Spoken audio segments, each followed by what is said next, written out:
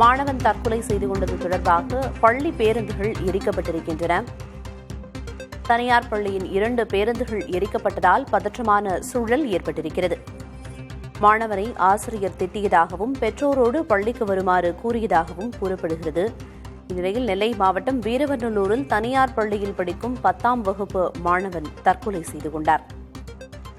மாணவனின் பெற்றோர், உறவினர்கள் வீரவநல்லூர் காவல் நிலையம் முன்பு மாணவனின் உடலோடு போராட்டத்தில் ஈடுபட்டு வருகின்றனர். தனியார் பள்ளியின் 2 பேருந்துகள் எரிக்கப்பட்டதால் பதற்றமான சூழல் ஏற்பட்டிருக்கிறது.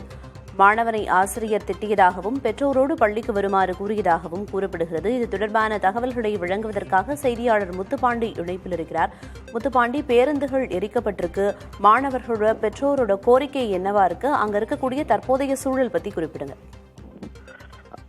வணக்கம் பிரியதர்ஷினி. திருநெல்வேலி மாவட்டம் வீரநல்லூர்ல ஒரு தனியார் பள்ளி இயங்கி வருகிறது. அந்த பள்ளியில் பாத்தீங்கன்னா 10ஆம் வகுப்பு மாணவன் சபரிக்கண்ணன் என்ற மாணவன் பாத்தீங்கன்னா கடந்த 7ஆம் தேதி அந்த பள்ளிக்கு ஏதோ ஒரு நிகழ்ச்சி நடக்கும் பொழுது ஆசிரியர் திட்டியதாக கூறி அந்த ஆசிரியர் நீ வரும்பொழுது உங்களுடைய பெற்றோர்களை கூட்டு வரணும் என்று சபரிக்கண்ணிடம் சொல்லியிருக்கிறாங்க.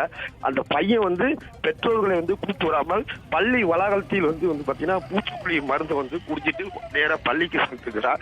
பள்ளி செல்லும் பொழுது அவன் மருந்து குடிச்சது அந்த பள்ளி முன்பு மயங்கி விழுந்ததால் அங்குள்ள பள்ளி நிர்வாகம் அவனை தனியார் மருத்துவமனையில் அனுமதிக்கப்பட்டது. கடந்த 7ஆம் தேதி அவன் மருந்து குடித்து அந்த பள்ளி நிர்வாகத்தில் அவங்க அந்த சிகிச்சை பெற்று நிலையில் நேற்று அந்த பையன் சபரிக்கண்ணன் என்பவர் உயிரிழந்தார்.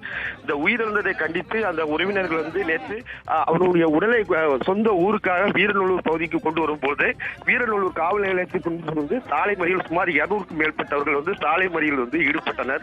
ஈடுபட்டிருக்கும் நிலையில் அந்த பள்ளியில் சுமார் ஒரு 5 பேர் வழக்கு பதிவு செய்ய வேண்டும் என்று அவர்கள் காவல்துறையினர் ஒரு கோரிக்கை வைத்திருந்தார்கள். அந்த ஆசிரியர்கள், பள்ளி நிர்வாகத்தில் முக்கியமான உள்ளவர்கள் சுமார் ஒரு 5 பேர்களை வழக்கு பதிவு செய்ய வேண்டும் என்று அவர்கள் ஒரு பெரிய ஒரு சாலை மறியலானது ஈடுபட்டனர். திருநெல்வேலி பாபநாசம் சாலை 20 நிமிடங்கள் ஒரு பாதிப்பு ஏற்பட்டது.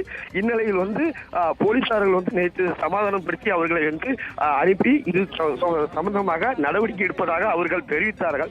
இந்நிலையில் நேற்று இரவு இந்த சம்பவம் முடிந்து நள்ளிரவில் அவர்களுடைய உறவினர்கள் அந்த பள்ளியில் உள்ள அந்த வாகனத்தை தீ வைத்ததாக கூறப்படுகிறது. 2 வாகனங்கள் முற்றிலும் தீயில் எரிந்து கரி முற்றிலும் சேதமடைந்தது.